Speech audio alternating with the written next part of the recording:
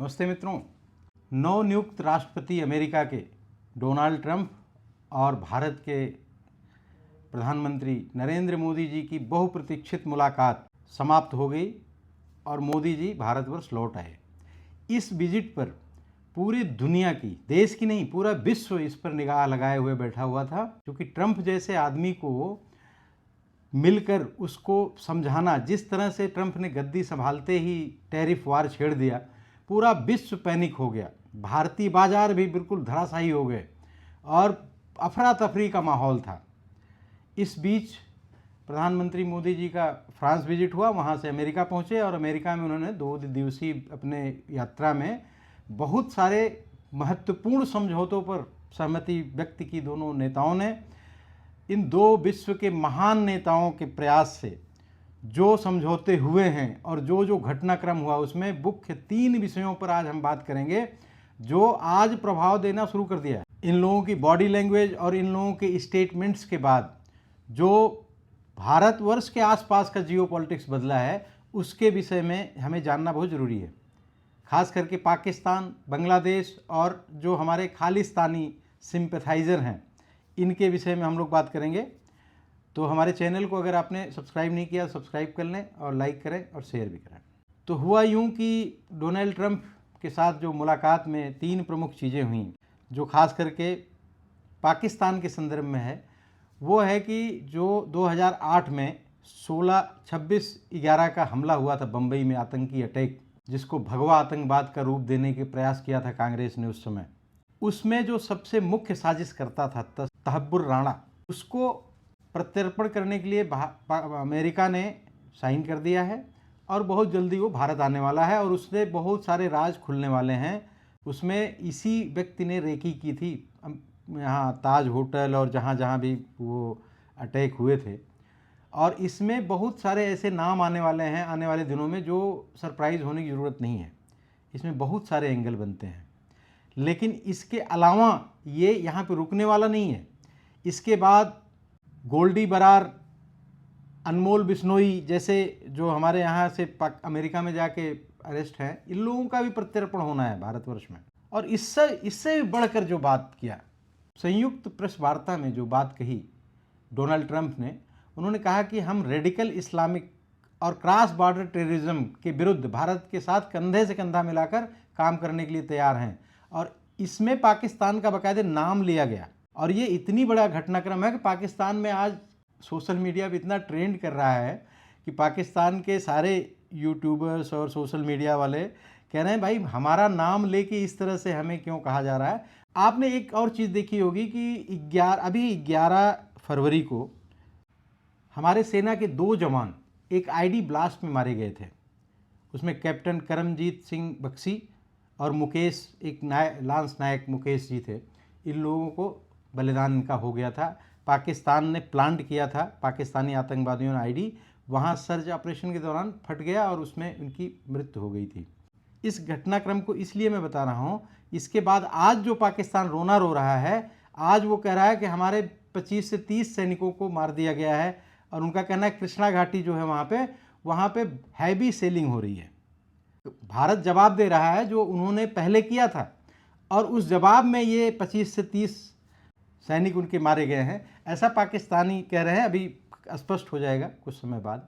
लेकिन ये है कि इन्हीं सीलिंग के नीचे का षड्यंत्र ये होता है पाकिस्तान का कि अपने आतंकवादियों को भारत में घुसपैठ कराता है और यहाँ पे कश्मीर और भारतवर्ष को अस्थिर करने के लिए दुनिया भर का जो बम ब्लास्ट और दुनिया भर के हमारे मिलिट्री कॉन्वॉय पे जो अटैक होता है, इस तरह के घृणित कार्य करती रहती है। लेकिन अभी जो इस मीटिंग के बाद बहुत ही साउंड और क्लियर मैसेज दिया गया है कि हम आतंकवाद, रेडिकल इस्लामिस्ट को बर्दाश्त नहीं करेंगे और उसमें भारतवर्ष का अहम रोल रहेगा। भारतवर्ष आतंकवाद से बहुत लंबे समय से पीड़ित रहा है। आतंकवाद से बांग्लादेश के मसले में ट्रंप ने सीधे सीधे ये कह दिया है कि साहब ये बांग्लादेश का मसला जो है मोदी जी निपटाएंगे, मोदी जी समझेंगे।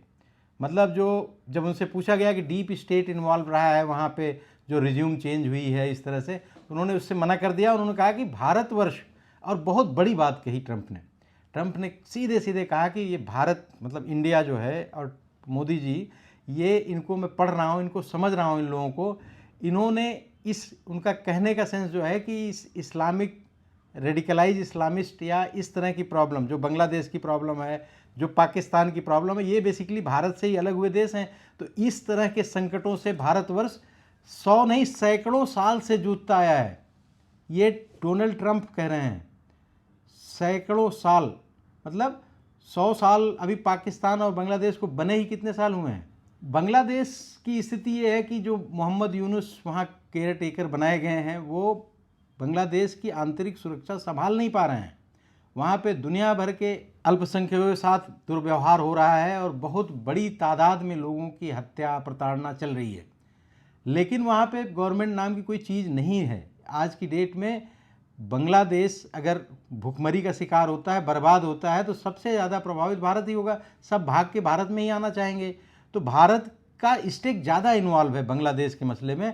और डोनाल्ड ट्रंप ने भी हरी झंडी दिखा दी कि भाई आप निपटो, जैसे भी करना हो करो, कोई डीप स्टेट नहीं, कोई ये पैसा जो मोहम्मद यूनुस और ये पूरी गैंग अमेरिका अपना डीप स्टेट इनको डॉलर भेजता था और अपने हिसाब से काम कराने के चक्कर में लगा रहता था, वो सब चीज़ें अब हो गई हैं बंद। तो अब इनको समझना पड़ेगा कि बाप तो भारत ही है, भारत ही करेगा। और बांग्लादेश का तो जो होगा, बांग्लादेश को इतना बड़ा मसला नहीं है। हमारे देश के अंदर जो खालिस्तानी आतंकवादी बैठे हैं, खालिस्तानी जो सिंपैथाइजर बैठे हैं, आप सोचिए कि जैसे ही ये हुआ कि भाई भारत ने तो अपना स्टैंड क्लियर कर दिया कि जो इल्लीगल इमिग्रेंट्स हैं अमेरिका में, वो आप उनको वेरीफाई करके दीजिए, हम लेने के लिए तैयार हैं और हम सबको लेंगे। अब भारत ने लेना भी शुरू कर दिया। अभी शनिवार को 120 लोगों को लेके अमृतसर लेके पहुंची। अब भगवंत मान वहाँ के मुख्यमंत्री ये कह रहे हैं कि साहब ये जो है पंजाब को बदनाम करने की कोशिश की जा रही है।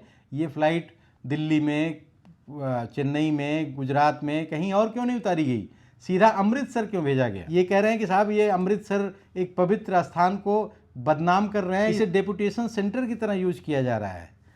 इनको ये समझ में नहीं आ रहा है कि 120 लोग जो आए उसमें से 67 लोग तो पंजाब से हैं और 33 लोग हैं हरियाणा से। तो सबसे ज़्यादा मतलब लगभग 100 तो यही हो गए, बाकी 8 गुजरात के हैं, 2-3 यूपी के हैं, इसी तरह से हैं, मतलब राजस्थान के 1-2 हैं। तो भाई 120 में से 100 तो आपके लोग हैं, हरियाणा और गुजरात के हैं, तो वहाँ से नज़दीक पड़ेगा उनको। इनको टेंशन ये नहीं हो रही है। इनको पता है कि आने वाले समय में जो भी पंजाब में तो एक बहुत बड़ा रैकेट चलता है ना कि असाइलम के नाम पे पहुंच जाते हैं कनाडा और अमेरिका, वहाँ असाइलम की हमको पॉलिटिकली प्रताड़ित किया जा रहा है, हमें शरण दिया जाए। और यही खालिस्तानी, यही पंजाब के लोग जो वहाँ जाते हैं, इनके पनाहगार लोग खालिस्तान के समर्थन में झंडे लेके निकलने के लिए मजबूर करते हैं, यही इनके आका लोग। और यही एम्बेसी के सामने इस तरह से विरोध प्रदर्शन जो सब नाटक चलता है, सब ऐसे एम्बेसीज़ में, भारत के एम्बेसीज़ के सामने, ये सब कराने वाले यही लोग हैं और इल्लीगल इमिग्रेंट हैं। ये सब भाग के जाते हैं और किसी तरह से वहाँ सेट हो जाना, ज़मीन जायदाद सब बेच के जाते हैं, बर्बाद हो जाते हैं कितने लोग। लेकिन अब ये चीज़ें बर्दाश्त नहीं होगी, चूँकि इसका अब मेल्ट डाउन शुरू हो चुका है।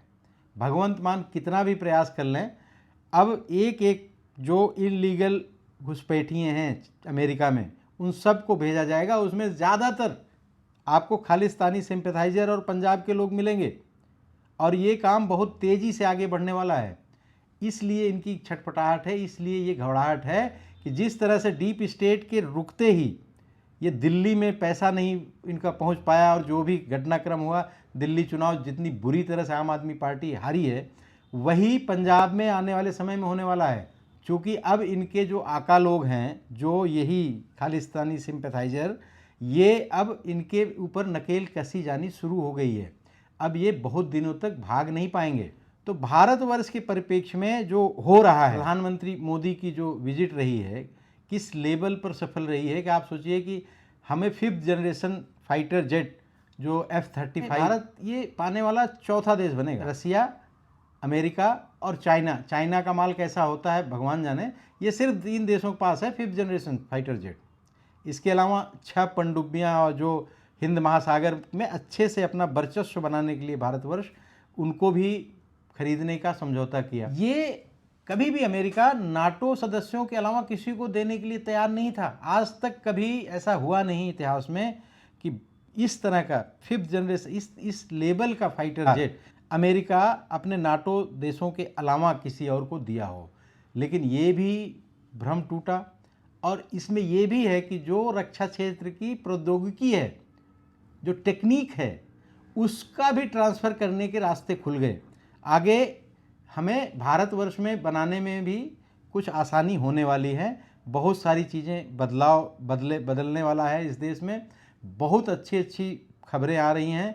आने वाला समय भारतवर्ष का है और ये दिख रहा है। आज के दौर में भी डिस्प्यूट या कोई भी समझौता भारत को इग्नोर करके नहीं हो सकता।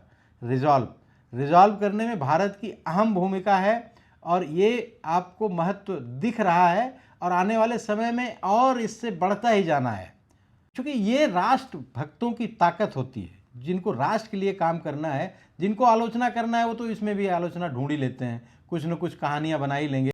भारतवर्ष जिस हिसाब से काम कर रहा है, आने वाला समय भारतवर्ष का होगा और भारतवर्ष की जो भगवा पताका है ये विश्व गगन पर लहराएगी। जय हिंद, वंदे मातरम, नमस्कार बंधुओं।